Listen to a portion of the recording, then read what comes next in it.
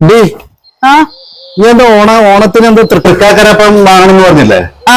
അത് വാങ്ങാൻ പോകുമ്പോ അതിന്റെ കൂടെ നമുക്ക് മറ്റേ ഒരുമിച്ചിട്ട് ഓണക്കോടിയും കൂടി എടുക്കാം എല്ലാവർക്കും. തൃക്കാക്കരപ്പന്റെ ഒപ്പം അല്ലേ? അതെ. പ്രശ്നമില്ല ഏട്ടാ. പിന്നെ നമ്മ തൃക്കാക്കരപ്പന്റെ കാര്യം പറഞ്ഞപ്പോഴാണ് ഞാൻ ഓർക്കുന്നത്, പണ്ടൊക്കെ ചെറുതിലേ ഈ തൃക്കാക്കരപ്പനൊക്കെ നമ്മ മണ്ണ് ഈ കുഞ്ഞാനിന്റെ ഒരു ഉറുമ്പുണ്ട്, ആ ഉറുമ്പിന്റെ മണ്ണ് കുഴച്ചിട്ടാണ് ഉണ്ടായിക്കൊണ്ടിരുന്നത്. ഇപ്പൊ അതും റെഡിമെയ്ഡായി. അതുപോലെ തന്നെ ഞാൻ അങ്ങനെ ഓർക്കുവേ, പണ്ടൊക്കെ ഈ ഓണം വന്നു കഴിഞ്ഞാൽ എല്ലാവരും തറവാട്ടി കൂടും, എന്നിട്ട് എല്ലാവരും കൂടി ചേർന്ന പണികളൊക്കെ എടുക്കണേ. ഓണം പുലർന്നു കഴിഞ്ഞ് കഴിഞ്ഞിട്ടുണ്ടെങ്കിൽ പെണ്ണുങ്ങൾക്കായാലും ആണുങ്ങൾക്കായാലും പ്രത്യേകിച്ച് പണിയൊന്നുമില്ല. പൂക്കളം ഇടാ, പുതിയ ഉടുപ്പ് ഇടാ, എല്ലാവരും കൂടി ഇരുന്ന് സദ്യ കഴിക്കുക. പക്ഷെ ഇന്ന് അങ്ങനെയാണ്, അത് ശ്രദ്ധിച്ചണ്ടാ. ഇപ്പൊ നമ്മുടെ വീടായാലും ശരി, എവിടെ ആയാലും ശരി, ഒന്നോ രണ്ടോ പെണ്ണുങ്ങളുണ്ടാവും. സർവത്ര ജോലി അടുക്കളയിൽ കിടന്നോ തിരുവോണത്തിന്റെ അന്ന് എടുക്കുക.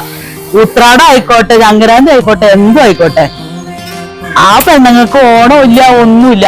ആർക്കെങ്കിലും ഇങ്ങനെ കിടന്ന് കഷ്ടപ്പെട്ട് വൈകുന്നേരം ആകുമ്പോഴേക്കും എന്തിനാ ആലോചിക്കണേന്നറിയോ, അടുത്തൊക്കെ ഇങ്ങനെ ഒരു ഓണം വരില്ലെന്നാണ്.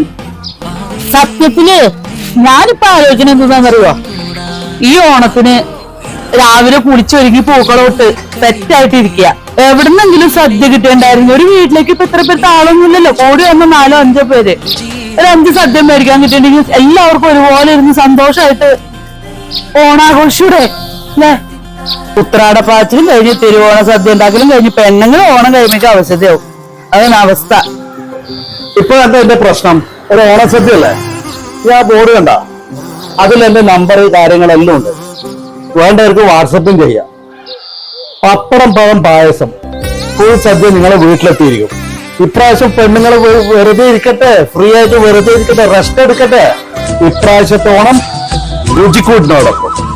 അതുകൊണ്ട്